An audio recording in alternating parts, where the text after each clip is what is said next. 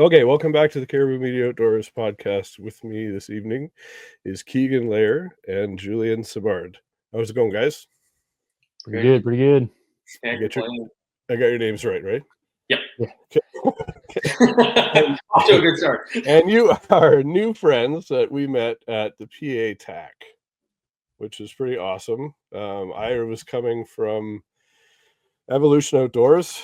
I was shooting this release and talking to the owner Dale there, and I was on my way back to the practice range where my two friends that I came down with, Ryan and Misha, were, and I ran into you guys, and we started talking and connected that you guys are from the Ottawa area, and it was awesome. And we're shooting the same course, so we ended up. I remember, I think you had a 2:00 knock time for. Yeah, and ours was 1:30, and I was like, I bet we should just shoot together, is what I was thinking. And then we walked away, and I met up with the other two, and I told them, they're like, oh, where'd they go? And I said, oh, we'll probably run into them in about half an hour. And sure enough, I saw you guys. Well, I saw two guys in camo coming up behind us, and I got my binoculars out, and Misha's like, what are you doing? Why are you staring at people with your binoculars? I'm like, I think it's those guys. I think we should just shoot together. Like, it'd be more fun. And that's what we did.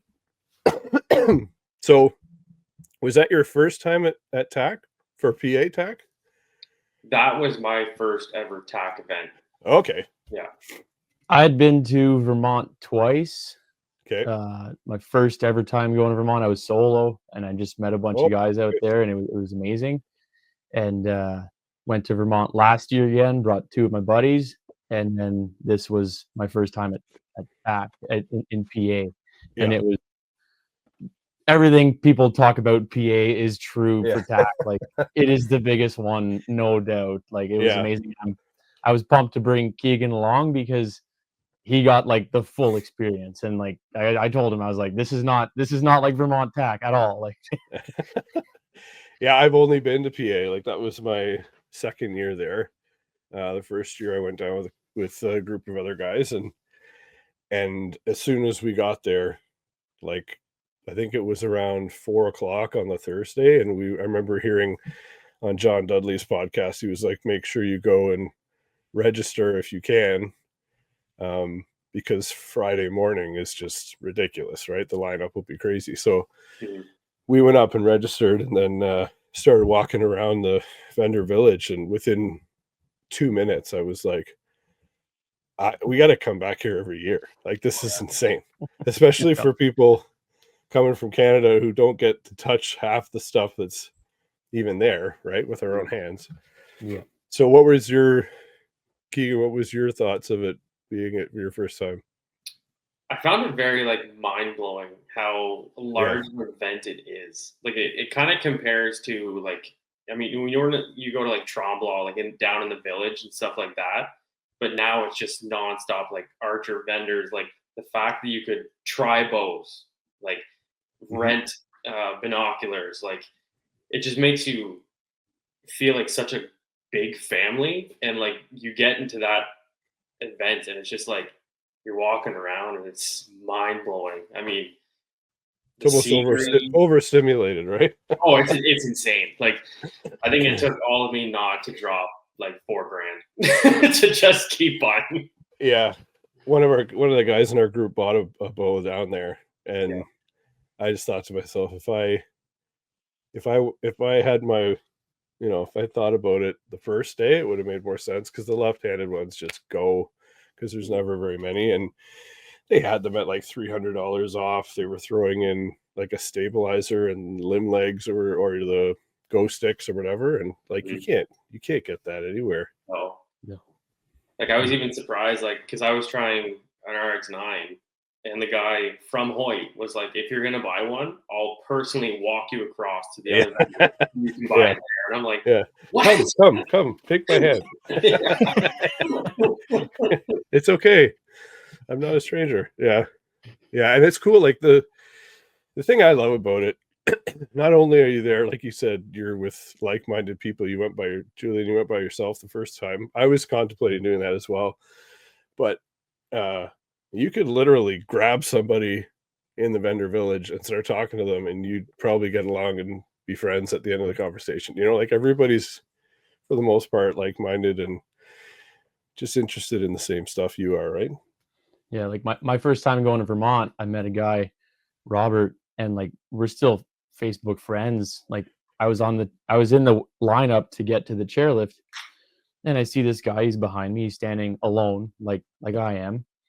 And I'm like, hey, like, what time's your knock time? He's like 7:30. Okay, like, what course you shooting? He's like, Sitka course. I'm like, all right, well, do you have anyone you're shooting with? He's like, no. I'm like, you want to shoot with me? Yep. Took the chairlift up. He's a policeman. Like, we talked about our lives. We talked about everything. And like, I would consider him like a great friend now. And that was Nice. that was very eye-opening for me because I had never done any archery events leading up to that. Like I had never done a 3D shoot, never done a FIDA shoot, nothing. Like I had just became a member at Ottawa Archers. I shot there for like 3 weeks, and then I jumped in the truck, headed down to Vermont. Like it was pretty cool. And like up until then, like I didn't really know people shot bows around here much. And then as soon as I got out there, I'm like, wow, like this is wild. And then you make it's such a big family, like Keegan was saying, like it's amazing. Mm-hmm. Yeah, that's what happened last year when we went down. I met CJ and Gary from the Full Draw podcast. I met them at Shooter's Choice for an event they were doing there in Waterloo. And I met them for the first time. I met Peyton for the first time. And then the next time we were together, we were in the truck driving down to TAC. And my wife's like, do you even know who these guys are? I'm like, we'll find out when we get there. You really know someone. Yeah, but it's worked out. So yeah, it was great. Pretty right. So how did it compare to Vermont? You guys are saying Vermont's pretty steep.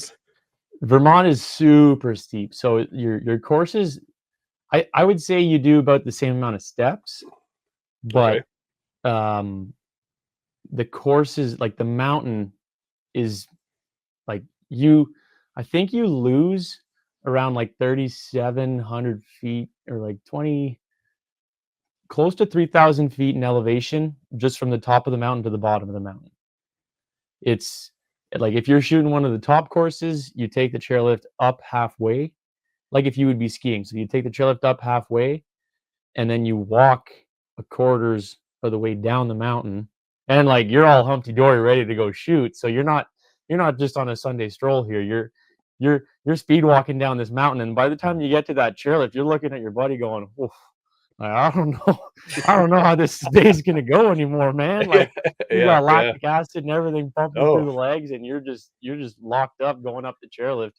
And then it is beautiful. Like this year, I'm kind of thankful I didn't do it. It looked like I was seeing some posts from some guys that went down to Vermont, and they got like a couple inches of snow on the Thursday before they started shooting. It was like a windstorm up there. I can't even imagine what they were dealing with. We dealt with some wind, but they dealt with a winter storm. Like holy cow, that's crazy. Yeah, that's definitely one thing that like was an eye opener to me. Was all like you're shooting 25 targets, but you're out there for 5 hours, right? Because you gotta, you're shooting pretty good distances, and then you got to go get it, and then come back and then go up another thing, and it's just it's awesome. Yeah, it's a great time. Yep.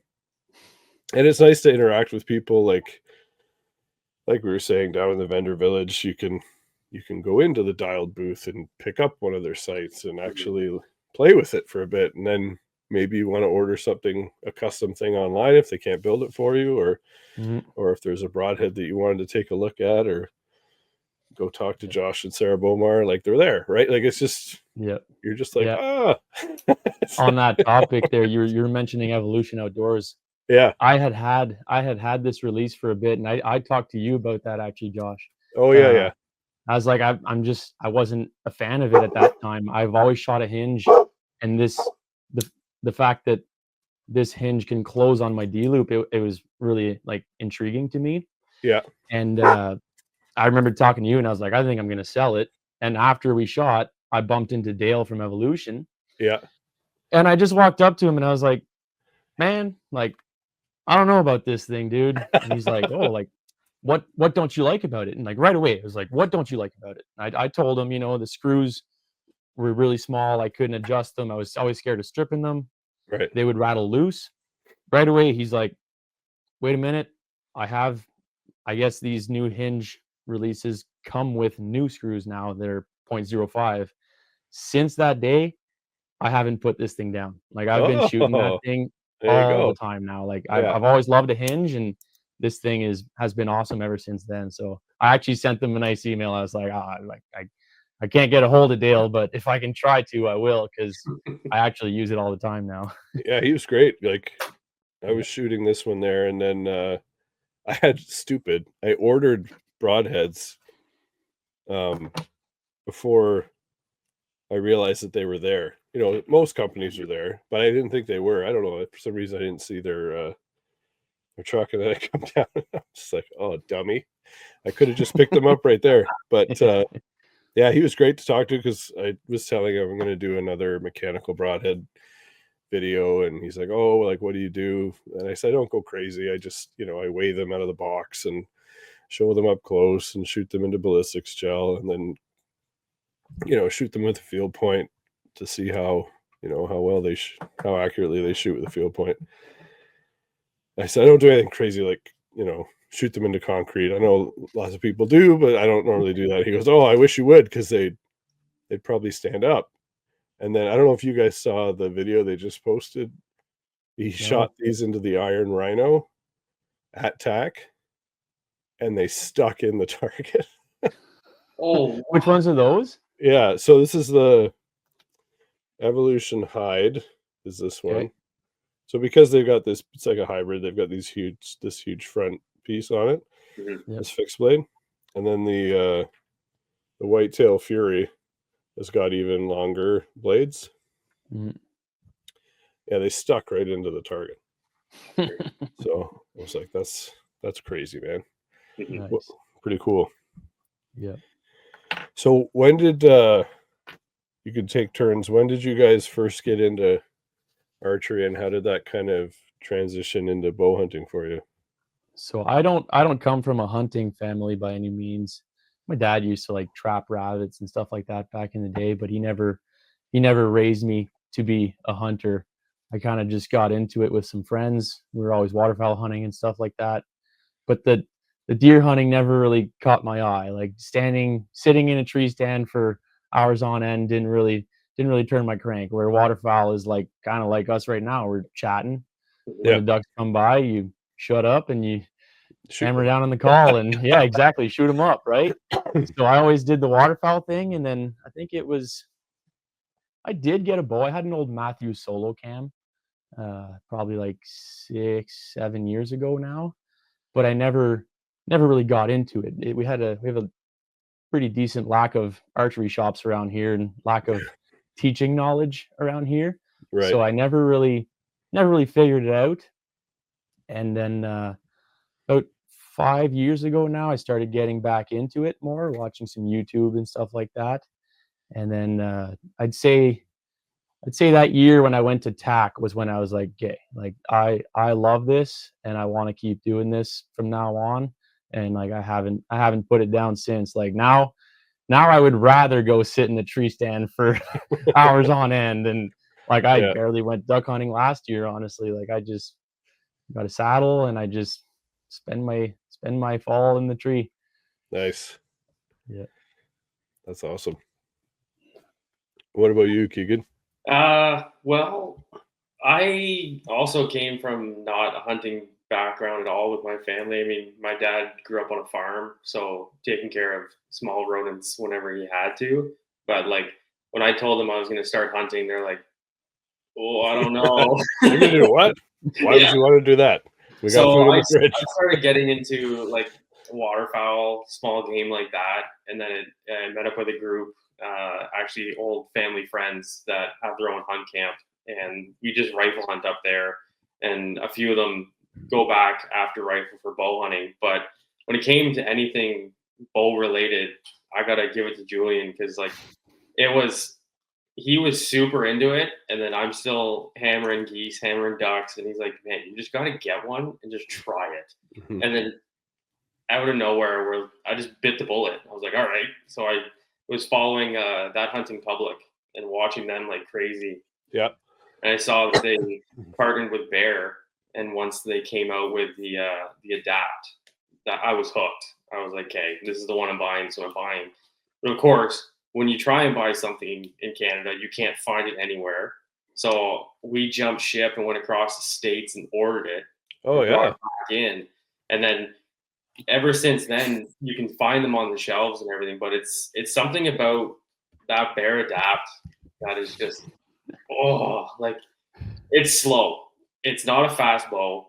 It'll take down an animal no problem. But like Julien does all my tuning, everything. I just literally just hand him something and it comes back ready to go. I got a love-hate relationship with that bow because it's not my bow and it's the easiest one I've ever tuned in my life. Like something's got to be said about that bow because like put the rest at 13/16. I can shoot a bullet hole with it. Keegan can shoot a bullet hole with it. My dad can shoot a bullet hole with it now. Like I just got my dad into archery last Christmas. Oh, nice. And like it's that bow just shoots. Like it shoots good. Like Keegan started shooting it last May. I think we picked it up, or April. Yep. And I'll never forget, we were going into the Porcupine Hollow shoot, and I don't know if I should be saying this on air here, but he's looking at me and he's going, man, my stabilizers are like 12.5 inches long. Like when I measure from the bow to the end of the stabilizer, it's 12.5 inches long. And I'm like, I'll never forget it. It still haunts me to this day. I go, man, like at the end of the day, you're not going to make it into the shoot down. So if anyone wants to give you a hard time, just like send them my way. And I'll just tell them like, hey man, he's out here to have fun. Yeah. And then day 2 comes around. He came in first. Keegan's standing by the scoreboard going, oh boy, like I'm going to be like 1 or 2 points in or 1 or 2 points out. And I think he was 2 points out of the shoot down. And I was like, oh, wow. How did this happen? Yeah. Yeah. That's when was that? 2 years ago? That was last year. So last year, yeah. So that's the first time I went there too. Yeah. That's cool. Yeah, and that would have been my first shoot ever. Like it was, Julien's just like, just tag along and have fun. Yeah, it is. Yeah. In the swamp. That was that was swampy last year. They got drenched with water, and it was just like soup. And people are there in like flip flops. Oh yeah. Like, what are you guys doing? Yeah, that was a crazy time. But what a setup! Like that guy's got on his property. He's got 3 or 4 ranges. Three ranges. Yeah. You could say 3.5 with that terrible 10 now. Yeah. Right. Yeah. That was really cool. So that kind of ignited it for you. Did you do the Southern Classic or anything like that? No, I've I think the only travel other than Napanee, I think that's the furthest I've gone. Yeah, pretty sure. Napanee, we shoot. There's some 3D shoots indoors in Petawawa on the Army base. It's in like a high school gym, so we go do those. But I guess other than TAC, we've never really traveled far for a shoot. But looking to change that next year. I was talking to some guys over the weekend at Porcupine there. I was talking to Bruno. I was talking to Gord Shields, I think it is, from Muskoka. Yep. Yeah, he was kind of talking it up, and I was like, oh, okay, yeah, I got to go see those. Yeah, I want to go see that range. I definitely want to go to that one too. I've only ever been to the ones out in the West End, and I don't live anywhere near there. I live, I don't live out near you guys either. I'm kind of in the middle of both of them, right? So I haven't done enough research to look into what's out here. I just never thought that there was any because I didn't hear of any, but there has to be, right? There's got to be some other clubs close by that, I'm just north of Oshawa. So just out in the country. So it's like hour and 45 minutes, 2-hour drive out to the ones out in, in Waterloo and stuff. And it'd be about 4 hours for me to get to Ottawa. But yeah, there's got to be other ones around here. So that's part of what we're doing with this Full Draw Caribou Cup shoot is that we're trying to, the idea is to connect with clubs and help raise money and build up as much as we can, and help them buy more targets or whatever it is. And I'm sure it will be, I can't say 100%, but I would think that we would be moving one or two, definitely one, I think, each year. I don't know if we can do more than 3 in the circuit, because it just gets too much. And then some people want to shoot their own, like go and actually participate in other tournaments. So it can get to be a pretty big thing if you get it bigger than 3. But yeah, I found that I realized that this year. I'm hosting 3D shoots twice a year here in Ottawa, and I told everyone, I was like, I can either be a good host and not shoot, or I can be a mediocre host and a mediocre shot. I can't be both at once. Like, there's no way I'm going to be a good shot and a good host. Yeah, and good shot is pretty far too. So, so tell us about your club then. How many targets do you have out there? So we have 17 lanes in the woods at all times. Okay. Like 3D lanes. They're out 365 days a year. If you want to go shoot in the middle of the winter, you can, sun up to sundown. It's about, like, I'd say if you're looking at downtown Ottawa, it's about like 20 minutes from downtown Ottawa, looking like south of Ottawa. Okay. And we do have a big FIDA field as well for like Olympic style archery. We host 2 shoots, like they're Canadian sanctioned shoots, I guess you could say, like double 720s they call them. Me and Keegan actually started shooting those. So we shoot. The club hosts a Canadian male match. So basically, you shoot a round of 720. So just a 50-meter round, or I guess it could be different if you're shooting recurve division or stuff like that. But basically, me and Keegan head down there every Tuesday evening for we just shoot a round of 720, and then I should say I shoot around at like 650, but but yeah. But so we shoot around 720. Yeah, exactly. Yeah. 720 is the goal. But we shoot around 720, and then we mail our scores in to Canada Archery. Okay. And then we're classed throughout Canada. Like you get ranked through Canada. It goes on all summer pretty well. And then I host a league night for 3D archery. We do 12 rounds, and then a 13th round is like a ASA style shoot down. So this year we finally got enough targets to do a full ASA league, as a lot of the big shoots around here now are moving over to the ASA style scoring. So we started I changed the scoring this year to be ASA scoring, which works out good because in the shoot down we were using 5 ASA targets. So we'd have the lower and upper, and then the 14 ring as the risk reward, right? Right. So yeah, it's nice because if the guys can't make it every night, it only takes your 6 best scores. So if you can only make it for 8 nights and you have 6 killer scores, well, you got a chance to be in the shoot down at the end of the year. So I should have grabbed the trophy actually. I made a trophy last year. I'm a welder, so I made a big steel arrow. It's like a full size arrow with 4 fletch tack veins on it and everything. And that's awesome. It's got a knock. It's the golden arrow. Matt Albert. He's going to be holding on to that thing for a few years. I'm pretty sure. He's a pretty good shot. That's awesome.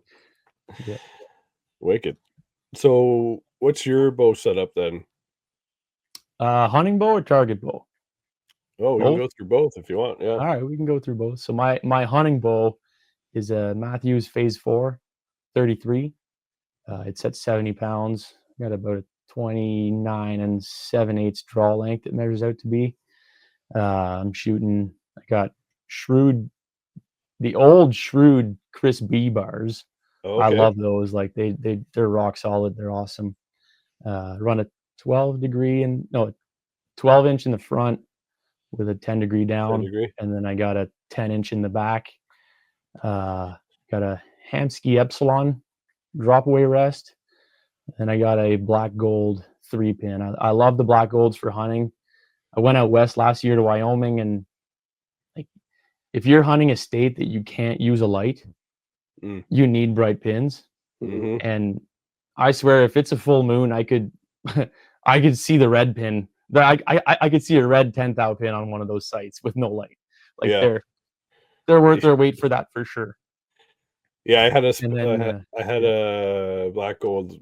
It's my first before I switched to the dialed, and I was shooting I live on a farm. I've got like 4 acres, and we have 2 horse paddocks. We don't have horses anymore, but that's where I do all my shooting. So one of my friends was over, and it was getting dark, and he just looked at my pins. He's like, "Holy shit, you can still see your fucking pins."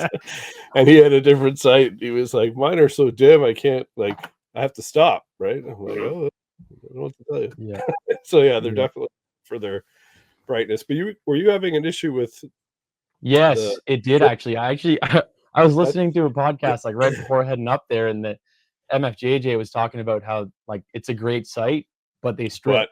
Yeah, because they're plastic. Yeah, it's like a I think it's a steel gear on a plastic rail or vice versa. Oh, okay. So basically, I had just got an extension knob. So like it's a pretty small dial on those sites, and they can be stiff. So I had gotten an extension. Like it's not an extension, but it just makes it bigger. And I was working it up before heading down there, and I thought I was, I thought I could go up to like past 20, and I'm like, what's going on? Oh no, and I'm freaking out. I'm like, dude, I just like I'm leaving Wednesday. I'm leaving Wednesday. Like I need this site to work. Mm-hmm. Anyways, I fixed it up, but I was definitely like when I was scrolling that site, I was being very careful with it because I did not want it to go. I did not want it to go bad when I was down there. Yeah. Yeah, I had that happen the first time we were down at TAC. I had my bow on we rented out an Airbnb, and actually the same one we were at this time, and I had my bow on the table, and one of the guys was looking at it, and he's like, "Is your sight straight?" It's like, "Oh no." And I thought something was wrong with it, right? So I'd go to look at it, and I should have like left it alone and then just shot it at the practice range. But of course, I started messing around with it. Oh. Just want to take a quick break to talk to you about a couple of things that I've been using that I think might benefit you. One is this Numa Outdoors gear. This is in their Kaza OV pattern, which is great whitetail pattern when you're up in a tree in the fall and late season.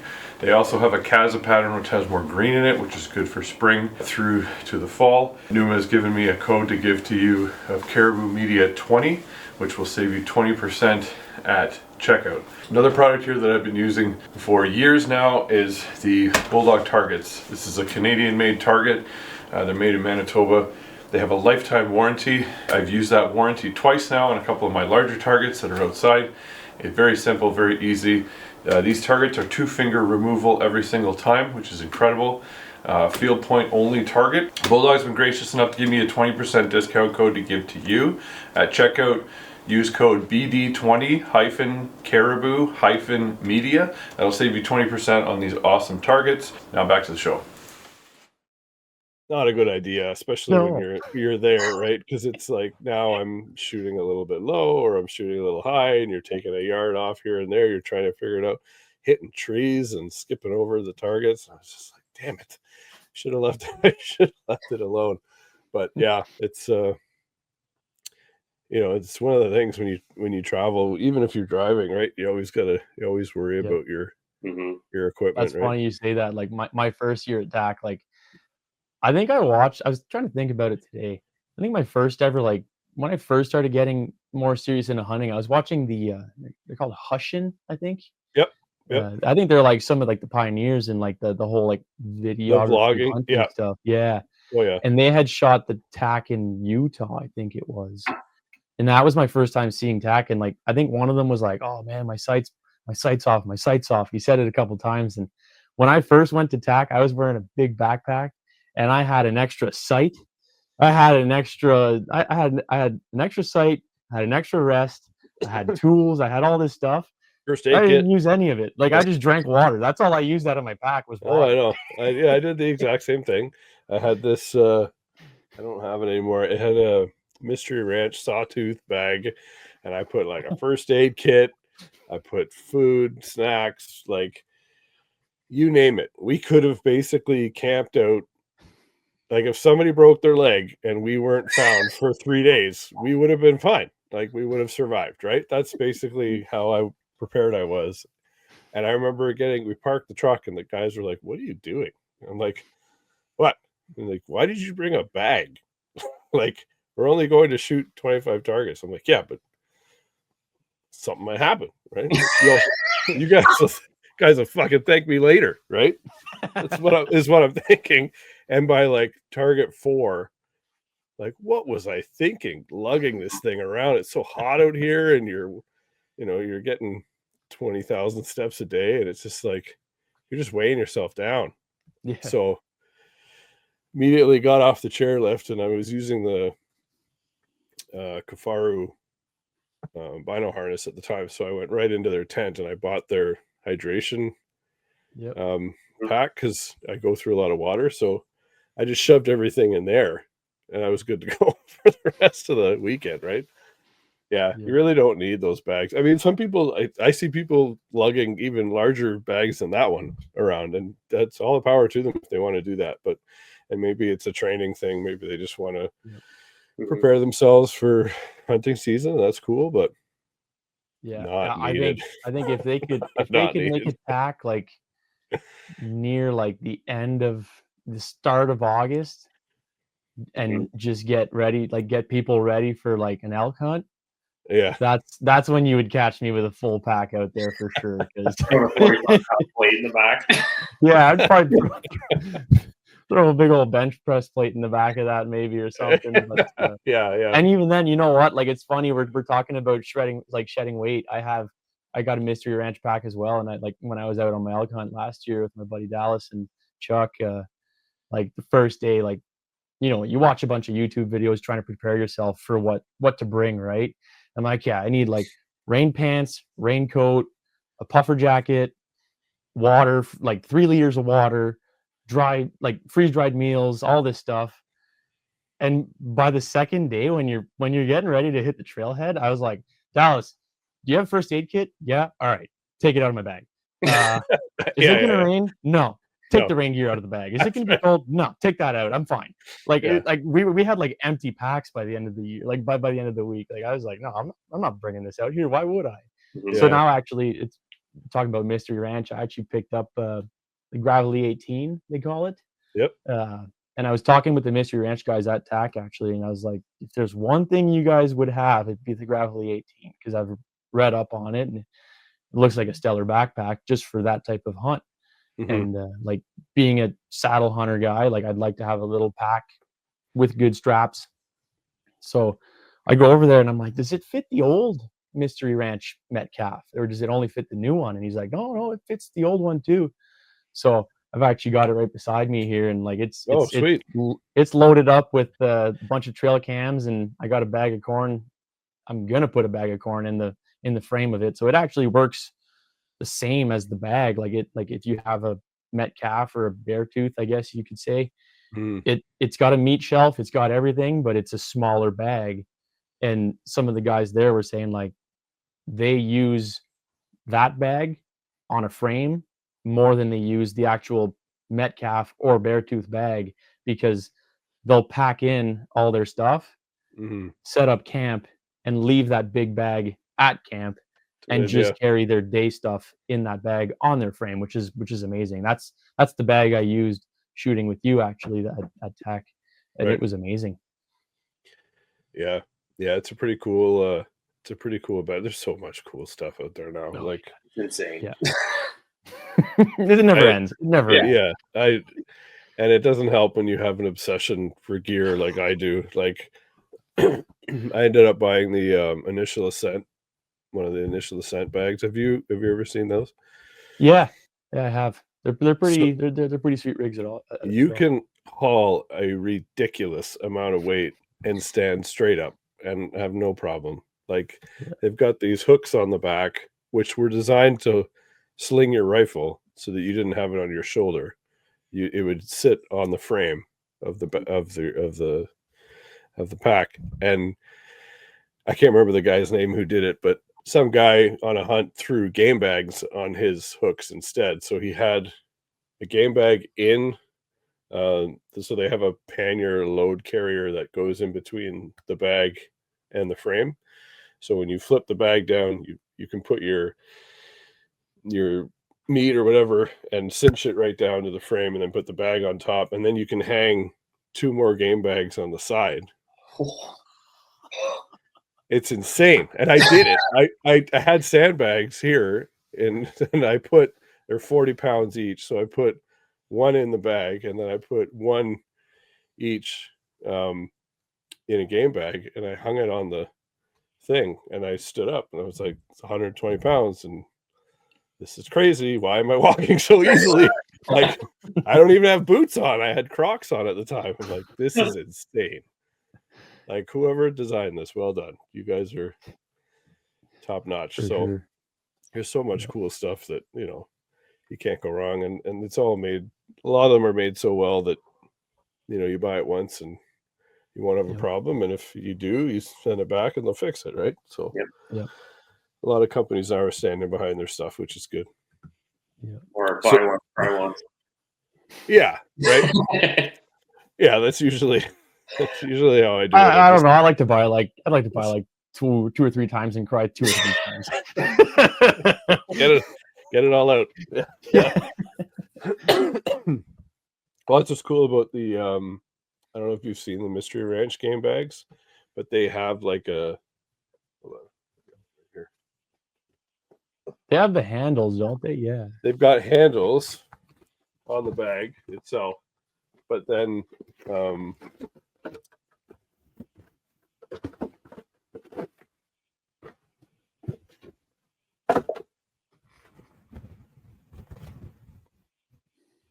they got handles, so you can hang them up in the drawstring, but then you also have these tabs right here and right here, and these will fit over the top of the frame. Oh yeah, the corners of the frame, so that it keeps the weight up above your belt. Wow. That's pretty smart. It doesn't sag down and become just a lump in the back of your bag, right? Mm-hmm. So pretty cool. What about arrows? So, sorry, Keegan, we got to you're shooting the bear adapt. Yes, yeah. So shooting the bear adapt, shooting black gold 3-pin. Originally had, I believe it was an HHA with a spot hog attack. No, it was a spot hog. Yeah. This is what I'm saying. Julian knows all this stuff. Jump in, Julian. Keegan was shooting bear adapt with a. So he originally had a spot hog single pin, and it had a. So he had the spot hog single pin scope originally. Okay. And then he was using a. No, you were just using the single pin scope on the spot hog. That's true. Yeah. Just the plain Jane one. Yeah. And then he's got a HHA drop away. Mm-hmm. It's basically like a QAD, but I think it's just like rebranded or something. Oh, okay. HHA drop away. It's called HHA Virtue, I think. Mm-hmm. And then I don't know. Did you have Conquest bars on there? I think you bought them off Drew, eh? I did, yeah. Because originally I started with the Amazon specials, and it was a multicolored bow walking around. Yeah, the thing looked like the Hulk walking through the woods. So purple and green. Hey, I tell people, like, it doesn't matter what you're shooting anymore. Like, everybody wants the latest and greatest. You could pick up anything from 10 to 15 years ago, or even longer, and you'll still be fine, right? Oh, like, there's no need. Keegan was shooting. Keegan was shooting those Conquest bars, and we were both of us are running Easton Sonics. Mm-hmm. I love those arrows. Those are so good. So we're both running Easton Sonics. I've got 300 spines. Keegan, I'm running 340. Yeah, so Keegan's got 340s. Yeah. Keegan, we were chasing speed with that bow, trying to get to the long shots. Oh yeah. He actually whooped me on the long shots this year. Like the 150s, he was hitting the targets, and I'm trying to shoot my hunting setup this year. Like last year, I had a speed demon setup there, and I was shooting like 318 feet a second. I had 340s with just the aluminum bushings or inserts. And then this year I had, I think my total arrow weight was around like the 460 mark, or 460, 470. Boning vanes. I freaking love boning vanes, man. Like I had a 4-fletch heat vane, so I had some good clearance. And then Keegan was running the Easton Sonics 340s with the AE Max Stealth. Yeah. Oh yeah. See, I told myself I would never fletch my own arrows. You know what? They do them great from the factory. It's going to be fine. Yeah. And then I went down that rabbit hole and went into the archery shop near my house, and I bought a Bitzenberger jig, and I bought some Max Stealth, and that was the only vane I've ever shot since the Blazers, the pre-fletched Blazers. And I have never shot anything else because they're just so damn good. I can't. I should probably tinker around and try different things, but I can't. It's just too. It's too good. And even down at TAC, like we were up at the AAE booth, and I don't know if you guys know, but the actual president of the company was there. Oh no! So yeah, so Nick Fisher is the 3rd generation. President of the company, and he was actually at TAC. That's what's so cool, right? Like it's like that's the boss, and he's sitting right there in a rocking chair. You know, you can just go talk to him, or you go over to the Easton booth, and there's Cody. He's the guy that's in all the videos. He's the guy talking to the big beard, talking about. You know, it's crazy. It's awesome that you have that amount. Yeah. So I was talking to him. I'm like, I see these air razors and like. Now you don't need a primer pen, and I'm like, I can't get away from the Max Stealth. They're so good. I must say though, I did make the switch over to boning. I believe it's the Atlases. Yeah, no, yeah, we're both running the Alphas. But it was. They're very similar to a Max Stealth. I don't think I have a Max Stealth up here. It's almost like a arrow if you still have one of those. Like a push down center vein almost. They're very similar to a Max Stealth. Okay. So they have like that swoop back, and we were talking to I don't know if it was the president. I don't know. I can't even remember his name, but one of the guys from Boning was there, and I never even looked at these. I was running like on my target setup. I was using X3s. So I like this different material now. Yeah. And I was using the X3s, and we went over to their booth, and they were like, hey, $10 and we'll jam as many as we can in this bag. So I'm like, all right, yeah, I'll take 2. Keep going. I took 2 and then, yeah, exactly. So we got back to the Airbnb.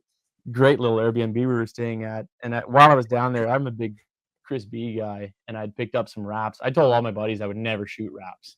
Oh yeah, but I got some flack when I came home for that for sure.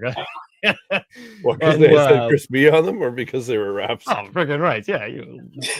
Part of that for sure. But anyways, I fletched up some of these, and I actually switched over on my target arrows to these 2 because they steer pretty much just like the X3s, but with this swoop back, he was saying you get less turbulence and you gain about like 3 to 5 feet a second. So they're pretty nice little vane, but definitely, Josh, I stand by you on that statement. Max Stealths are going to be a very tough vane to beat for a while. Yeah, they're pretty nuts, and you know they're old. They've been around for a while, but they're just so good. So this arrow study, have you heard about it that they did at the Easton facility? Yeah, I haven't seen anything come out about it yet, though. Yeah, they're still find it. They're editing it all together. Oh, okay. Dan Staten from Elk Shape just released a video today, I think. He was there for part of it, and I tell you right now, once those results come out, like people are going to be rushing to the store and buying Oh, yeah. whatever the best result was. Oh yeah. Which is crazy, you know. It's like everything still works, guys. But yeah, I get it, you know, to maximize your efficiency and stuff. But yeah, it's gonna be pretty crazy. They did so many different arrows and veins and broadheads and like different combinations and different fletchings. Like I think I've been hearing people do 5 fletch now and having great results with that. And then in order to do that, you need a special knob for your Bitzenberger that only AAE makes. And it's like, too much stuff. I've always done 3. I've done 4. I think my son's arrows have 4 fletch, and I've played with those a little bit, but I always go back to the classic 3. It's always worked for me, and I tend to like the results. So, but those Sonics, are you hunting with the Sonics, or was that just for TAC? Yeah. No, I used to hunt with the Easton Bloodline. Yep. Which is, in my opinion, I think it went the Easton Torch, which was a 6 mil, and then they had the Bloodline, which is a 6 mil, same knock and everything, same inserts. And then, so I shot my first deer with an Easton Bloodline. So that was a 6 mil. And just for the cost, like, if I'm going to be going to TAC and smacking arrows with people or losing arrows, you can't really go wrong for like, I don't know, I think it's like $150 Canadian for 12 shafts. And when I spin them and weigh them, they're perfect. Like they're better than they're advertised like most of the time. I don't think I've ever had one that I was like, no, I shouldn't shoot this. So they're a great arrow in my opinion. I've been kind of keening towards the Factors, I think, just because it's a Canadian brand. Keegan is shooting the 23s for target. How are they? Love them. Absolutely love them. And like, just for cost alone, like, you just can't beat it. And they spun like perfect. I don't think we had any imperfections. I mean, they're not great when you hit drywall, but but very durable. Like, I've smacked countless arrows with them and gone in multiple events with them, had people hit off them, everything, and I haven't had to throw it away since. Yeah, so like what was getting my attention with the Factors is like the price, obviously, but I was looking at their velocities. I think it's the 5 mil arrow they came out with. Yeah. Okay. And same price as a Sonic, but it's 5 mil. It comes with, I think it comes like for the same price, it'll come with a 50 grain half out stainless insert. Yep. Or out, like half out, which is pretty stellar in my opinion. So it comes with a 50 grain stainless out, half out, and then it's the same weight. Like they weigh 8.8 grains per inch, just like a Sonic at 300 spine. So if it's the same price, like what's killing me right now is that I have like probably 18 Sonics accumulated over the years. Yeah. And I'm like, well, like, do I want to make the jump or do I want to just stay with the Sonics, right? Like they've worked up to now, but maybe in the next couple of years, I'll be looking at some Factors. Yeah, I did see them at the Perth County Archery booth. He was selling them there, and he does custom wraps and stuff. He did actually the custom wrap that I did here, which was cool. He took two of my logos and put them one at the top there, and then one at the bottom here. Nice. And it's like a tree line. Yeah. Yep. So he's got all different kinds of wicked designs, but yeah, he had the Factor arrows there. So they look pretty good. Oh, I see here. So stainless steel half out, which is huge because when I'm running 50 grains, I get the break offs from Easton. Yep. So, but they don't come with the arrow. So that's an extra cost, right? So if it's going to come with it, and it's a Canadian company. Like I think it's gonna definitely force my hand into that pretty soon. Mm-hmm. I also like the idea, like a 5 mil hunting arrow, in my opinion, would be optimal, because if I want to run a lighted knock, most of them don't need a You collar. don't. No. No. So like I just got some knocks recently and I put them in the Sonics, and I'm like, I don't think I'm getting the collar out of that arrow. Oh, yeah, it's in there pretty good. Yeah, Yeah. it's just pretty tight. Yeah. I've used nocturnals for years, and I was always like, the knot and the plastic always felt like it was a little too soft. Yeah. And then I tried the Halos last year, and it's definitely a harder plastic, not as bright as the nocturnals, but it's still a lighted knock. Like, you're still going to be able to see it. It's not like you're not going to see it in the dark, but if you were to go like head to head, the nocturnals definitely beat them on brightness, but the knock fits a lot better. Nice. So yeah, it is nice just to slide it into right into the 5 millimeter. Yeah, the Factor ones, they've got 50, 75, and 100 grain stainless steel half outs. Mm-hmm. It's nice that they give you the options too. Like, it's not just like, this is what you get and that's it. Right. Mm-hmm. Yep.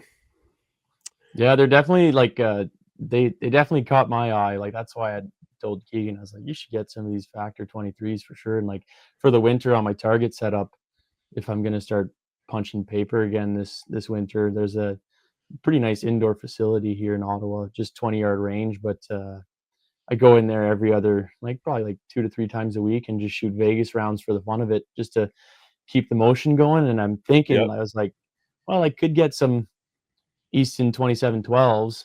They're like $100 for 6, but they don't come with any components. Nope. Components is where they gouge you, right?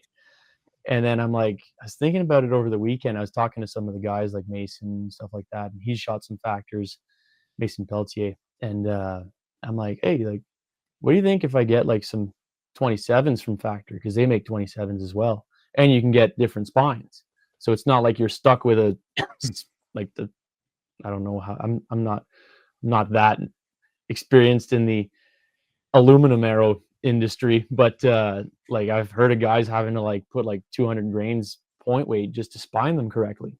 Oh wow. Or if I can get a Factor 27 at a 350 spine, I can just throw 150 grains up front. So I was pricing them out the other day, because obviously we love spending money in this industry, and and I'm like, for $101, I think I can get a full 6-pack with points, pin knock bushings, the whole 9 yards. It's like, and then it's a carbon arrow, so if I want to go shoot indoor 3D, I don't got to worry about someone going over there and smashing my aluminum arrow. Yep. Yeah. And wobbling it up so you can't use it anymore. Exactly. Bringing it to work and turning it in the lathe, you know? That's right. What else can I use this for? So are you guys hunting together too? I'd like to. Yeah. We definitely do. Like, when it comes to like, we were doing a lot of waterfowl together. Okay. I know Julien definitely last year went completely like full deer mode. I got to give it to him. That was a good job. But I didn't do much waterfowl even last year.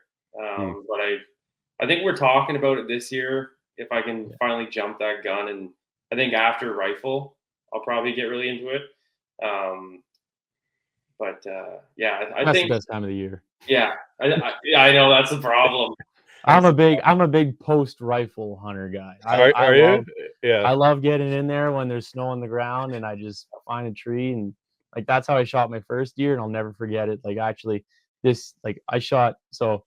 had scouted this spot with my dad. We just took the dogs for a walk in one of the public lands out here, and we're walking around, and I'm like, man, this place is littered with signs. So I think it was like 5 years ago, I dropped a pin, and I was like, this would be a good late season spot. So then I think it was 3 years ago now, I head out there, and I was like, I was going to one spot that's closer to my girlfriend's place. I walked out there in the morning and there was no tracks. There was a fresh snowfall the night before and there's not a single track. Like something buggered them out of there. And I'm like, man, I should go into that other piece that me and my old man had walked. So I go in there and I see 2 tracks. And I had a doe tag that year and I had never shot a deer up until then. So I get my saddle, I climb up a tree, and I'm sitting there and sure enough, I hear a branch crack. And I'm like, oh, it's happening. Drew back, put a good shot on her. She didn't go very far. And come full circle on this story, I bought my old man a crossbow a couple of years ago. I woke up in the morning and he's watching hunting videos on YouTube. And I'm like, hey, what's going on here? What's going on here? Yeah. And he's like, I kind of like it. I think I want to get into it. And he had been wanting to get into it, but he didn't want to encroach on me and my friends' hobby. Oh, okay. Like he didn't want me to have to like feel obligated that I had to take him out. And I'm like, no. Okay, Dad, come on. Yeah, exactly. So I was like, no, like we got this. Like so I ended up buying him a crossbow because I think he'd be 65 this year. I bought him a crossbow and he hunted hard, man. He hunted hard that first year. He didn't get anything. And then last year was his second year. Yeah. And I told him, I was like, hey, like where I shot my first deer, you can have that spot. Like there's always deer that walk through there. It's a good spot. So last year I was not feeling well at all. I was super sick one day. And I look at my mom and my dad's sitting there having dinner. No, lunch. Sorry. He's having lunch with us. And he goes, hey, Julien, I think I'm going to go for a hunt this afternoon. So he jumps in the truck and he leaves. And I know he's going to that spot. And it's like fresh snowfall, perfect time. Yeah. And I look at my mom and I go, watch this. Just because I feel like shit, he's going to freaking whack one tonight. And sure enough, I'm puking my life away. And I hear my phone buzzing and I go, oh, no, I know what this is. So it's my dad. He's like, hey. What are you doing? Get out here. I need your help. No, he goes, he doesn't even say that. He knows I'm not coming out. There's no way I'm making it You're on your there own. and back without having an accident. And he goes, hey, I just shot a doe. And I'm like, oh, fuck. Right away, I'm like, oh, no, man, shit. So I called my buddy Dallas, and I'm like, hey, Dallas had seen me that morning. He had picked up a package from my out of my truck, and he was like, dude, you're pale. Like, something's wrong. Go drink some electrolytes. So I called Dallas and he's like, are you good? And I'm like, yeah, but I need a huge favor. He's like, oh no, like, what do you want? And I don't want what you got. Yeah. No, exactly. He's like, what do you need? I'm like, my old man just shot a doe. And I kind of told him, I'm like, it's where we shed hunted this year. Like, go down this road, head down this road. You'll see him. He'll be waiting there for you. I told him, do not go after this deer right away. Like, go back to your truck and wait till Dallas gets there.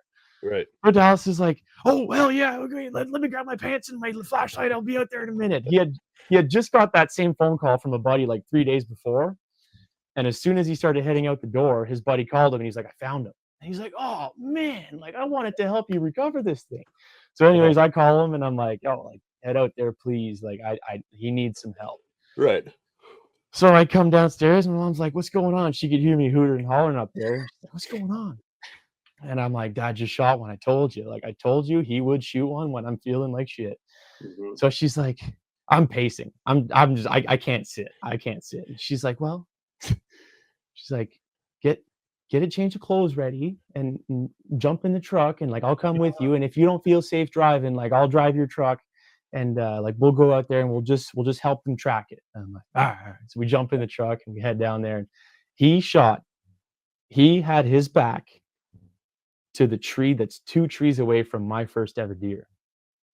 That's and awesome. Where the deer was standing, where he shot is about 3 yards away from my deer was, which is amazing. Like I've always told my buddies, I'm like, it's amazing to bring my dad out hunting because it's like if I have a son, but I don't have any kids. But when I take my dad out hunting, I want him to shoot a deer more than I want to shoot a deer. Like, his first turkey hunt, I videotaped it just like if it was my son. You know what I mean? Like it's amazing to just get to experience that.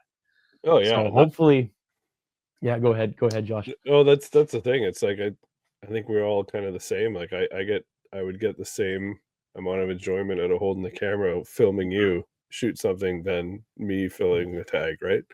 It's just awesome, just being out there and just experiencing the whole thing. It's just that's what it's all about. And it's some people might think that we're just out there to kill things, but that's the farthest thing from it. And we usually don't get a lot of enjoyment out of that. We don't actually like that part. It's just it's the whole circle of everything, the planning, the scouting, the putting cameras out or not putting cameras out, however you do it. I have friends that rely on trail cameras. I have friends that won't touch them, right? So however you do it, when it all comes together, it's just incredible, right? Yeah. That's an awesome story. So how happy was he? Oh, he was over the moon. He actually had my dad does not drink. Like, I don't come from a drinking family. I don't drink much myself. And my dad looks at me in Dallas and he's like, "Hey boys, I got this for us." And he pulls out a little bottle of Fireball. And Dallas is like, "Oh yeah, Fireball, let's go." Man. Yeah. We both take a swig. So they probably got what I had that day. I don't know. Yeah. I think I took the last drink of it. That's awesome. Yeah, it was amazing. But hopefully we can get hopefully I can get Keegan into a saddle or something this year. I'm sure that it'd be pretty fun. What saddle are you using? I use a tethered Phantom. Oh, okay. And then I have their one sticks with aiders. I'm not a big fan of one sticking yet. I like being able to come up and down as I please and not have to take everything down and put everything back up. Yeah. If I drop something, I just want to run down the ladder and grab it. I can't do that one stick thing. It's just like I need some security. The one thing that I do is I had a big platform and I always found my feet were just on the edge of it all the time. Like, I never used the full platform. So last year, I think it's Out on a Limb. Out on a Limb makes it's called a one stick platform, but it's a platform that replaces the step on the top stick of your one sticks. Okay. So it's pretty small, but it's nice because I never leave my setup in a tree. I always take it home with me in case I want to go somewhere else. Like, you never know how the wind's going to be the next day or what's going to be the next day. Right. So it's nice because it's one less thing to set up, right? Like, I normally only bring 3 sticks. I've got a 2-step aider on the bottom and then 1-step aiders on my 2 other sticks. That'll get me pretty high up in a tree, like as high as I need to be. Like in the Canadian forest here, like unless you're hunting pines, you're going to have to do a lot of cutting if you want to get up to 18 feet. Yeah, like I started with a ladder stand and I got a 2-person ladder stand because I wanted a big platform. And I took it up to a family member's property and it's still up there. And I go up there occasionally. That was my introduction into hunting. It was like, come to the camp. We do a week of black bear in the spring and a week of deer, and they all rifle hunt up there. So I'm the only one showing up with a bow. So it was like a week in the spring, a week in the fall, nothing happens. See you next year. Like, that was my life for like 5 years when I was first getting into it. And then I was just like, I need to move around. I need to do more. I need to scout.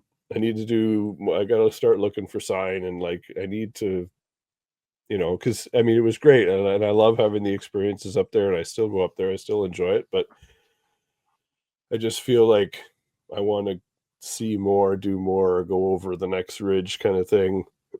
So we bought a cottage property about 5 years ago, and it's surrounded by crown land. Like, there's just, it's everywhere. And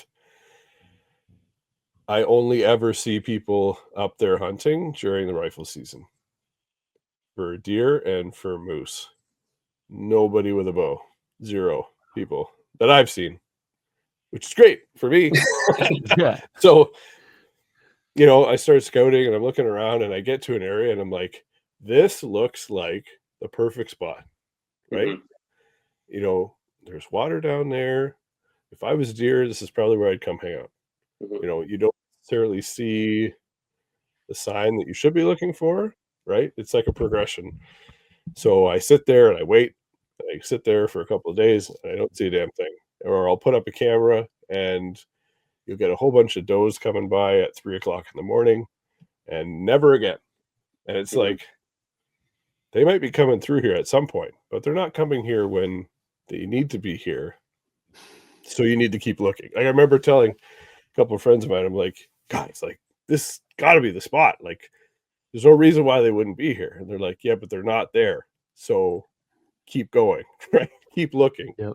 You know, even though it might look like a great spot for in your mind, maybe they haven't found that spot, or maybe they don't stay there, or maybe, you know, you just have to keep chasing that sign and hopefully cross paths with one. Yeah, I found the same thing with the saddle. Like I use XOP stuff, and I have the Mutant saddle and the Invader platform, which is just a small thing. And I love the cutouts on the side because it kind of, there's like a V. So I'll go on the side, I'll go on the front of it, I'll go on the other side. And I brought out the larger stand that I have of theirs, and I didn't even want to use it. Like I would still stand on the edge. I was like, this doesn't make any sense. And I was just talking to one of the guys from XOP today on here. They just came out with a whole bunch of new stuff, and they have a stand called the Superfly, and it's 5 pounds, and it's like a hybrid. So it's got your platform and it's got a seat, but then on the back end of it, it's got those cutouts. So if you were saddle hunting, you can use every inch of it. It's pretty cool. Nice. That's what I've always, the reason I've always gravitated toward the saddle now, and my first thought about it was like, I was just talking to Keegan before coming on here about like game cams, and like he was mentioning how one of his buddies had a camera mauled by a bear recently. Not his buddy, but the camera. And yeah, I had that happen too. And like I've always put my cameras up in a tree. When I go set up a camera, I will bring my bottom stick, which can get me about 5 feet up, and I'll put it as high as I can reach. Like I've always seen, like if I put a camera, I don't know, let's say chest high on a tree, I'll get one picture of a deer like this at it, and then I never see him again. Like he either goes around the other side, and it's like, we definitely give them a lot more credit sometimes. Like the deer are not that smart sometimes. I don't know how smart they are, but they're pretty smart, and they seem to avoid it. And I saw that one time, and I was like, well, if I throw a ladder stand here, or even if I throw a hang-on stand here and come back in 5 days, did he just do that to the ladder? Is he never coming back here? So I've always been like I've noticed in the last 3 years, my best sits where I see deer are my first sits in this area. Yeah. Which is nice about the saddle, because I can move, even if it's just a matter of like moving 50 yards down the ridge. Right. I've never touched that tree before. They might fluke around this tree and head that way because they smelt, I don't know, the KFC chicken I had that morning or something, you know, like. So that's one thing that really pushes me towards the saddle for sure. Yeah, and just being able to move. Like I always kind of stayed away from it for a while because I thought there's almost too much movement. Like you have the while you're in it, you mean? While you're in it, yeah. But it's just, there's so much versatility with it that it's awesome. I just love it. And you can either use the tree as a cover and stand behind it, or you can flip yourself around and face this way, or you can, there's so many. You can, use almost the entire circumference of the tree to shoot from too, which is pretty awesome. A lot of people don't think this until they try them, but like I feel safer in my saddle than I ever did in a tree stand. Oh yeah. Unless it was a ladder stand with the bar down. Right. Like I hunted out of a lock-on for my first year. My first like serious whitetail year, I hunted out of a lock-on, and I would tie off once I was in the tree because I didn't have a lifeline tied. Okay. So I would linesman belt up. Yeah.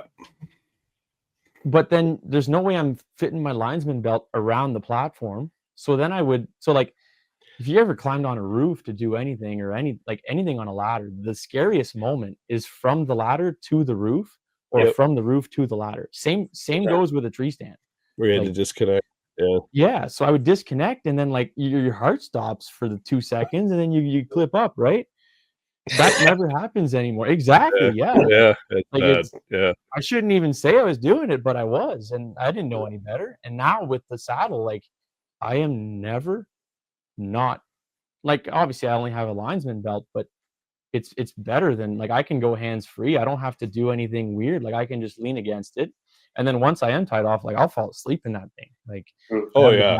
the back support too, so if I'm doing a long sit, I can just Just in a lean cradle. back into it. Yeah, Yeah. it's amazing. Yeah. I have a lifeline on where my ladder stand is, and it's great because like you can find that thing in the dark. It's got, the glow in the dark striping to it, and I always think it reminds me of like Wonder Woman's whip when it glows, right? Because in the dark when you shine your light on it, it's like, oh, there it is. Yeah, they're just cool. You just pull the knot up as you're climbing. But I found, same with you, I'd never used a linesman's belt until I started saddle hunting, and it was just like, oh, I'm always attached to the tree. I like this part. I like this a lot more. Yeah. And it was a little weird the first couple times you get out and you're like, my whole body is on this little platform. I don't know. Yeah. Something about Or if you have like like I had like one of our buddies' dad made like we called them daisy chains, I think. So one of our buddies' dad made a bunch of daisy chains, and I was like, oh man, like that'd be really nice if I could get away from the buckle on my platform. He's like, oh yeah, here you go, I made you one. Now I'm like, I don't know, I'm putting my life to something that's about this big. Like, yeah. Oh yeah, use the am steel. It's fine. Right? Yeah. like am steel is Which amazing, is great. but It is great. But at the just start you're like, whoa, that's pretty small. Yeah. Give me the thickest strap you can find. For sure. Yeah. I know. I feel the same way.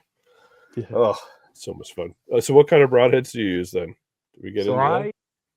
I am using I bought these last year. I'm using the Sevr 1.5s hybrid. Oh, okay. Love them. Yep. Haven't shot anything with them yet. But I like they fly. Like when they say they fly like field points, they really do. Yeah. I can I didn't have that. to change anything on my setup last year to shoot those. I'm shooting 125s. So that brings my arrow weight up to like around 480. Okay. Keegan, what are you I think running? it's G2s. Yeah, G5. Oh, the Yeah. G2s? Yeah. Yeah. It was too good of a deal at Walmart in the States to just say no. Those are wicked. Those are like, I cut myself so many times with that. Testing it and stuff. Yeah, it's insane. You never think they're as sharp as they are, and they're like, oh, it's too late. Yeah, it's one of those things where you're already bleeding, and then you don't realize that you're cut yet, and then you're like, oh. But I have. So my buddy I went elk hunting with last year, he was running the hybrid 1.5s as well. Yeah. And I was listening to a Working Class Bow Hunter podcast the other day where Dale was on it, and I think the guy from AAE that you mentioned was there too. Oh, Nick Fisher. And they were talking about the Evolution broadheads, and I made a quick phone call over to my buddy, and I was like, hey, you should look at these Evolution broadheads. And I get a text back like 15 minutes later, and he's like, yep, me and Dane got 12 on the way right now. Yeah. Well, I had the 1.5s in my hybrids in my quiver as well as the T2 and a few others. I think I had a Beast in there, and not the Mega Meat, the Dead Meat.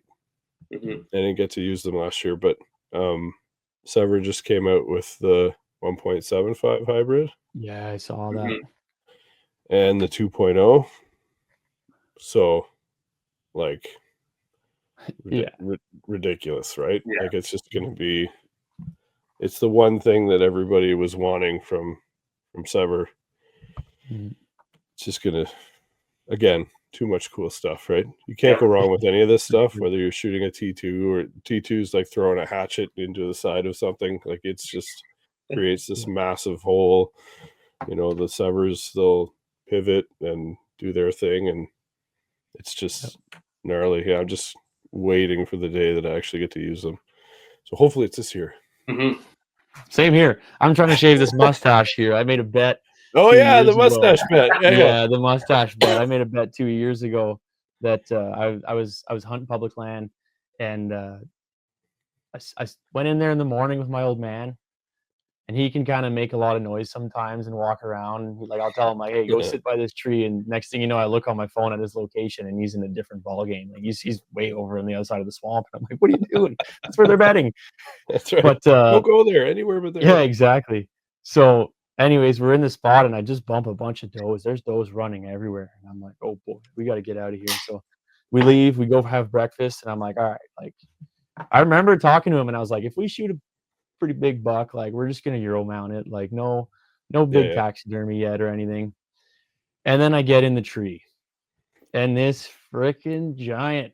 I just hear a bunch of crashing running through the leaves, and I'm like, "What's going on here?" Doe runs out. She goes right under my stand, right under my saddle. And I just catch a glimpse of this just white mass coming through the trees. And I'm like, whoa. Little 8-pointer walks by. And like in hindsight, I don't think anyone would have shot the 8-pointer because of what was behind him. Oh. But the 8-pointer walked like right at my feet.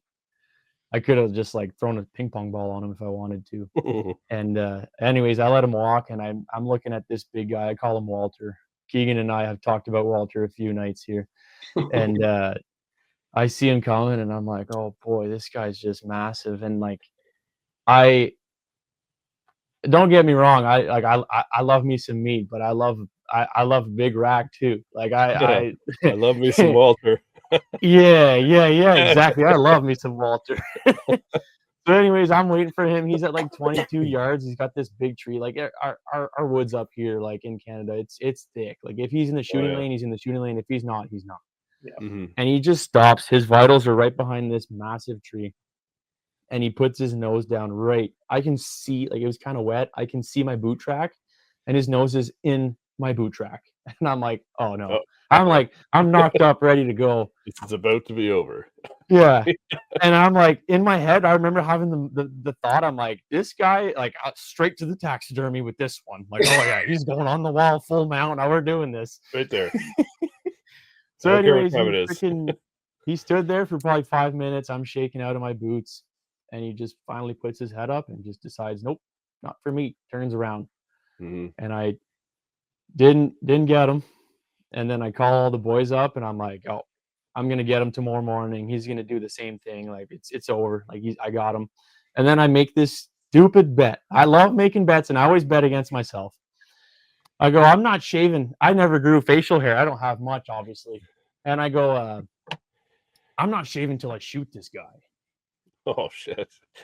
And I like I have like a fucking Super Mario at that point, you know? Like it's just like it's awful. It'll be fine. like, I'm not shaving until I shoot this buck. Yeah. Go back the next day, nothing. Go back the other day, nothing. December 31st comes around, still nothing.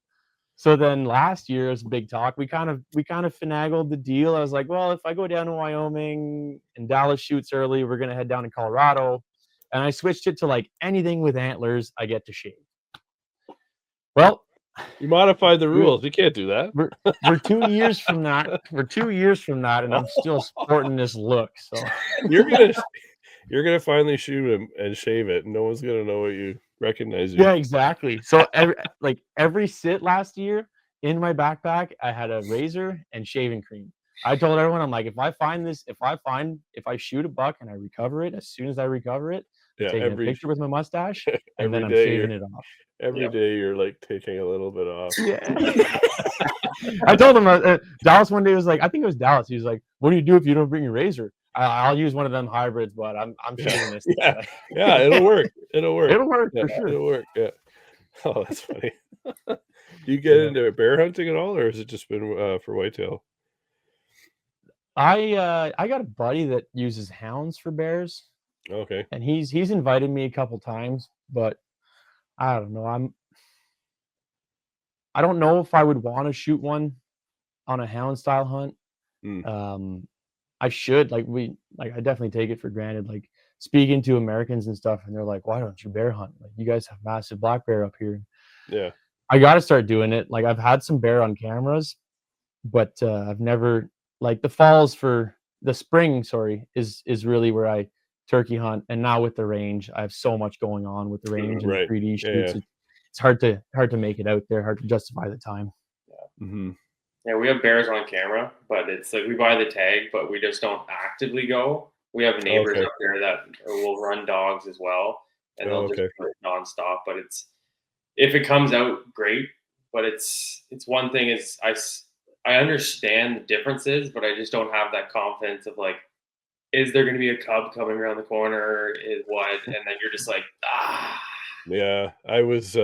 I'll bait for them up near the cottage, and like, I don't use dogs or anything, but I'm kind of like you. Like, I'm not knocking people that do that, but I don't see myself. I'm very solo when it comes to that. When it comes to hunting, like if I was in a group, it'd be cool if we all hung out in the same spot and then everybody went off for the day and then came back. Not that I'm against hunting with people, I'm not, but it's just I find it more of a solo thing. And I was taking bait down this crazy hill to the spot that I found that I thought was a miracle spot, and this cub ran across the road, and I was like, "Oh, where's your mom?" And she was huge, and she just kind of came out and looked at me, and I was like, I kind of like it was kind of like slicing the pie. Like I came out a little bit to the side to try and get a better angle on her, and she had tucked back into the tree line and then came forward like a very large distance. Like she closed the distance huge between the two of us, and I was like, all right, I'm not going to go down the hill today. Like, do your thing. Yeah. Also not coming out in the dark in the morning. I'll see you in the afternoon or something. Like, no big deal. Yeah. Or hopefully I don't, because I don't want to see you with your cub. I want to see, something else. But yeah, it's definitely something you got to watch out for. That's for sure. Yeah. We had the neighbors up at the camp. He was going, and the dog got onto one. It started running, so they both are going at it, and then it jumps into a cornfield, and then he's following up, and the dog's going in front. They're going, and then they don't hear a sound. They're like, okay, what's going on? And then out of nowhere, the dog just turns around, and sure as shit, he turns around. The bear jumps on him, and he just got his gun up and shot him right in the neck. But it was just like, if the dog wasn't there, he'd be done. Like that bear knew where they were at all times. Like it's so crazy how it is. Yeah, I've heard some stories of like people like setting up baits, and like the bear almost knows. Like there'd almost be like a perfect scenario where like your buddy comes by and you're walking with him, and then he puts the bait in the barrel, and then you get in the tree quiet, and then he leaves, because it's almost like a dinner bell. Yeah. Oh yeah. Yeah, 100%. And it's almost like they know when they hear the footsteps and they don't hear the dinner bell, they're not going there. Yeah, they can. Their noses are. You'll trick their eyes. You won't trick their nose. Like they're pretty incredible, and they're amazing. They taste delicious, and it's fun being out there. But anybody that tells you that they're not scared of black bears, like I don't know. I think that everything could have your number in the right situation, and you always have to be ready for that. Like I've been in situations where I was hunting on the ground in a ground blind, and it's always when you're messing around on your phone, right? You're not paying attention. And I look up and there's 4 bears in front of me, 16 yards in front of me, and I'm in a ground blind. I'm like, how did this happen? Like this right here. Like this is what I wanted to have happen, but I had gone like 3 years without seeing any. Now I have 4 in front of me, and then one of them ducked back in and came back towards where I was, and its nose pushed into the side of the ground blind. And I'm like, and now one is trying to figure out what's in here. This is not cool. Like this is past the port of enjoyment for me. Right.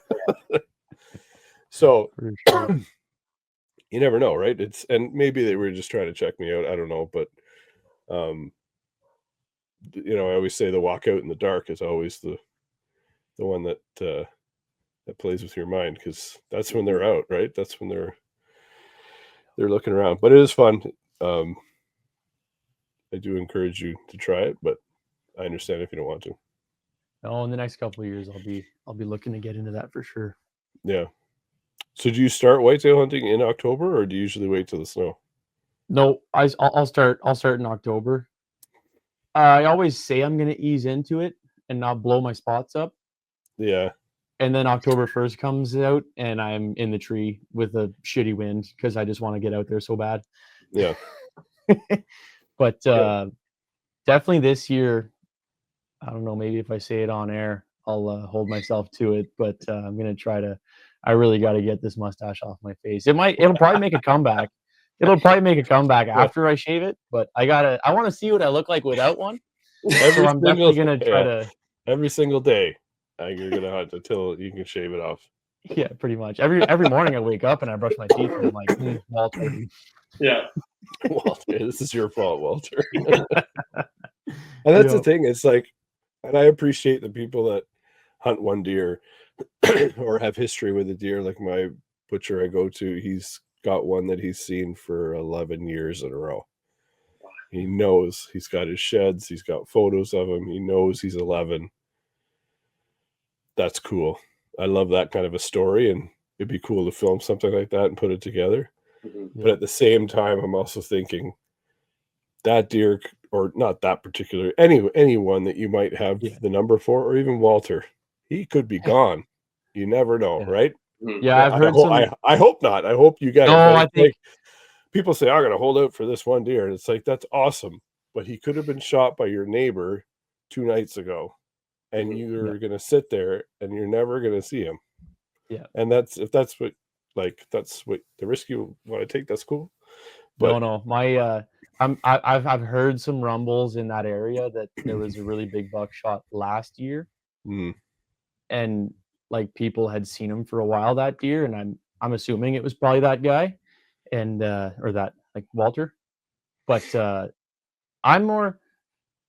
I've always held myself to the standard, and like maybe if I make it to like year 3, I'll drop this standard. Or you're like, fuck you guys in your game, I'm shaving this shit off my face. Yeah. But I've always been like, I like seeing big deer, and to me a big deer is like 6 points. Like I'm not trying to shoot a Boone and Crockett deer by any means, but I would like to see more big deer in this area. And I feel like with the rifle hunters and just like there's so much opportunity, but such little deer. Yes. That a lot of young deer die before they get big. And like I talk to people, and like I have a friend that lives in Pennsylvania, and he's got a beautiful, massive property in upstate New York. And I'll be like, oh, dude, like, do you hunt there? Like, I'll come down there and hunt. Like, and he's like, oh no, I don't hunt there. It's all little deer. And I'm like, huh, what? And he's like, yeah, well, there's no point regulations really. Where in Pennsylvania, there's a 6-point regulation, I think. And I've always held myself to the standard that like I would like to shoot a deer that has at least 3 points on one side. So that's my goal for now. Once I start getting more and more properties, hopefully I can. Well, it's also not like we've got roughly 400,000 deer in Ontario, and the size of Ontario is massive compared to other states.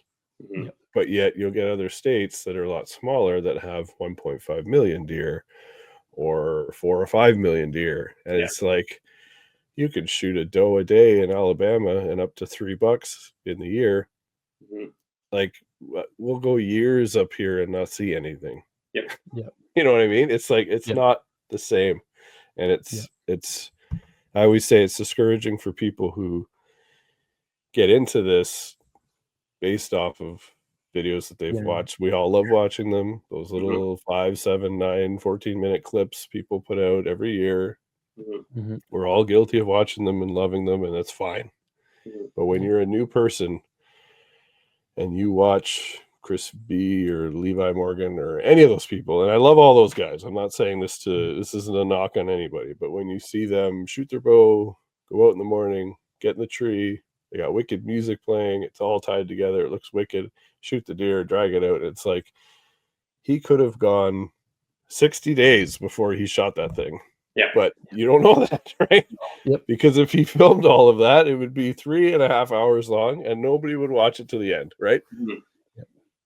So I get it, and it's great. And again, I make them myself, right? Sometimes I'll put together these short things, but there's just, it's almost like it's a false sense of, people that are going to maybe want to get into hunting and be like, yeah, it looks wicked, I want to try that. And it's like, sure, come on over, but just so you know, it's not always like how that plays out. And I had like I had a lease farmer across the street from me. He's got a wood lot on his property, so I saw him at the mailbox last year, and I'm like, hey, can I bow hunt over there? And he's like, yeah, sure. And I thought I hit the jackpot. I'm like, I've seen deer there. Deer run through there to come run across my property. Like, this is going to be great. Like, if there was ever a guarantee, it's this right here. I throw up a stand, I throw up my saddle, I got cameras out, I got pictures of them running by, and then the corn comes down. I'm like, here we go. I didn't see a single thing. I must have spent 40 days in the tree from October to December 31st. We're talking rain, blizzards. I didn't care because I was like, this is the spot. It's a farm, right? It's not necessarily a guarantee, right? Yeah. So it's a game we play. We come back every year, no matter what, win, lose, or draw. So it's amazing that we keep thinking that the next year is going to be better than the last year. Which is crazy because when we were driving up, I think we saw, 9 or 10 on the side of the road dead. Yeah. In Pennsylvania. Yeah. I lost count at like 30. I think. Yeah. It was crazy. Yep. Yeah, I put in for elk down there this year, so we'll see how that works out. In Pennsylvania. Nice. Yeah, I think actually I got a phone call today from my buddy Dallas, and he was like, "Hey, Pennsylvania draws today. That's the end." And I was like, "Oh shit!" I had talked to a guy when I bought that gravelly pack in PA, and he's a guide out in PA, and he was telling me, he's like, "Dude, you got to apply here. Like they have the biggest elk, like some of the biggest elk in the country are in Pennsylvania. That's 6 hours away from here. Like that's amazing." Yeah, it's easier for us to jump over the border to some of these states that are wide open. It's just over the counter tags, which I didn't even know anything about. I just assumed you needed to go with an outfitter, and then I met a guy that's gone to Colorado twice, and Josh Cooney, and he was just like, "No, man, like this is, you can just go go to Walmart and buy a tag." Right? It's crazy. Pretty wild. So. It's wild. Like that's what we did last year. Like my buddy Dallas has been there 3 years now. He's been to Colorado, Montana, and then Wyoming. He got one in Montana 2 years ago, and he's going back to Montana this year. And it's like, if you can figure out a way to play the point system, you can almost guarantee drawing somewhere every year. Every year, yeah, I've heard that. That's pretty cool. It is it is the hardest thing I have ever done mentally. Yes. Yeah. Like staying in the game, like we're talking about sitting 40 days. Well, at the end of each of those days, you go home and take a shower and sleep in your own bed and sit in the hot tub if you're feeling sore from sitting in the saddle. Like yeah. Or I remember it was. Go ahead. Go ahead. I remember it was like, I think it was day 4 or 5. and we're like on a death hike. Like we walked 5,000 feet vertical up and then 5,000 feet down into this lake bottom that we had seen elk in. Mm-hmm. And we're like halfway back to the truck. And I look at Dallas and I'm like, I can't wait to get home, take my saddle, drive 30 minutes to the forest, sit in a tree and see nothing. Nothing. I can't freaking wait for that. Because at the end of that, I'm going to go home and sleep in my own bed instead of this camper. And then sure enough, like 2 days later, we get into elk and I'm like, oh man, this is amazing. I don't want to do it. I take back everything I said. Oh yeah. Oh, I'd go back. My plan is to go every second year. Yeah. Oh, that's cool. That's Wyoming? Wherever I go. Or wherever. Oh, okay. Yeah. I would love to go back to Wyoming. Like where we found that was where the spot where we hunted was pretty good. Like we were at some points, like I would rip one bugle. Like my buddy Dallas had the tag and I was calling, and we had a buddy with us, Chuck. He had never hunted before, but he was the perfect pack mule. The guy who runs like Spartan races and stuff. Oh yeah, perfect. And here, like, hold this heavy thing. Like I needed him there. Like he was just always smiling, always happy, even though we weren't seeing anything some days. But I was just calling for Dallas, and like you'd rip one bugle and get 3 different answers within 2 minutes. And I'm like, closest thing to that I've ever experienced is like turkey hunting when you're set up on a roost. That's what I keep telling people. Like, if you want to experience something that's close to an elk hunt, I've never moose hunted. I've heard that when you call in a bull moose, it can be pretty exhilarating. But the closest thing we have here to elk hunting is a good gobbler hunt. Yeah. They'll talk to you. It's a great hunt to get someone into hunting because it's not a whole day you have to sit. If you can roost them up, you can pretty much guarantee that you're going to get some action. You're at least going to hear them. Yeah. Yeah. Mm. Yeah. It's what do they say? It's the definition of insanity. You're doing the same thing over and over again, expecting a different result. And we're all doing it, and we love it. Yeah. Yeah. The mind games really get to you. Like I remember when I was sitting on the farm and I was like sitting in the rain or sitting in the snow or it's like day whatever, and I haven't seen anything, and you're kind of like, I could be building this bookshelf in my daughter's bedroom right now. Or your mind starts to creep in and just be like, why are you sitting out here? Like there's nothing's coming. Nothing came for the last however many times you were sitting here. You could be accomplishing so much more. Mm-hmm. And you got to fight that, right? Because it's the minute you get down, it's the minute something could change, right? On a dime like that. And it's the same thing with the bears, right? I'm commenting on Aaron Snyder's post and I look up and there's 4. I'm like, how did that happen, right? And it can change all in an instant. So awesome. Well, I'm taking up a lot of your time already tonight. Thanks guys for jumping on here. I appreciate it. No worries. Hey, can I plug something real quick? Of course. I just started I used to ride BMX a lot, and there was always bike checks that would come out weekly. So basically, if a pro was riding a different bike or something like that, they would break down piece by piece of the bike. And it was awesome when I was a young lad, because if I wanted a bike like Aaron Ross's bike, I could build it. I knew exactly what he was using, and I could ride the exact same setup as he was. Mm-hmm. So I started this page called Bow Builds on Instagram. It's not on Facebook yet, but it's going to be getting on there soon. And basically, it's just a platform where I hope that one day we can just click on the page, and if you're a new archer looking to get into something and you're looking at making something custom, you can just swipe through. If you're a Matthews guy, there's a bunch of Matthews. If you're a Hoyt guy, if you're a Bear guy, if you're an Elite guy, anything. So basically, it just breaks down like what kind of bow you're shooting, kind of strings you got, sight, lens, if you're running a lens on a target setup, clarifier, release, all that stuff. And it's an eye-opener in my opinion, because we don't have that in the eye-opener of it. Josh, I'm sure you can relate to this, and Keegan as well. When you're walking around at TAC, most Matthews have yellow strings on them, and most Hoyts have green strings on them.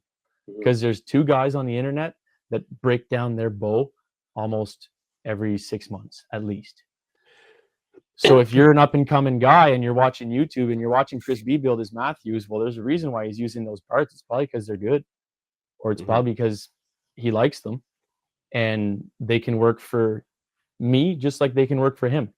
So it was an idea I had a couple weeks ago, and I was like, you know what? Like, I don't think anyone's doing this yet, and I really just want to try to grow the sport. And to the person that thinks that let's say Andrew Fagan is shooting 50 meter, and I just bought a PSE ready to hunt package.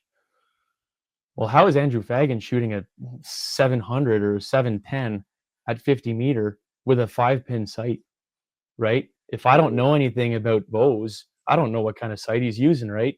So it's kind of just trying to grow it into something like that, and just make it more open for people. Like, even if you're, say you got a new Matthews and you're like, oh, I want new strings, but I don't know what color strings I want. I'd like it if one day we can just click on that page and scroll around, and you see a granite one with red strings, and then you see a shale one with yellow strings or purple strings. Yeah. That's a great idea. Yeah, I saw you had CJ on there talking about his reckoning. Yeah, that was cool. Yeah. It's a great idea. Awesome. Yeah, it's one of the first things everybody who shoots a bow talks about. What are you shooting, or what do you got on here? What arrow are you shooting? We just did it on here, right? It's all exactly. It's just it because people like hearing about that stuff, or they want to see maybe I should make a change too, or maybe that's a great idea. Awesome. Thank you. All right, yeah. So thanks for coming on here. I'm sure we'll have you on here again, maybe after hunting season when you don't have your mustache. I hope. Hey, I'm putting positive stuff in the universe for you. Oh, I'm feeling it. I'm feeling it over here in Ottawa. Okay, good. All right. Thanks a lot, guys. We'll talk to you later. Thank you.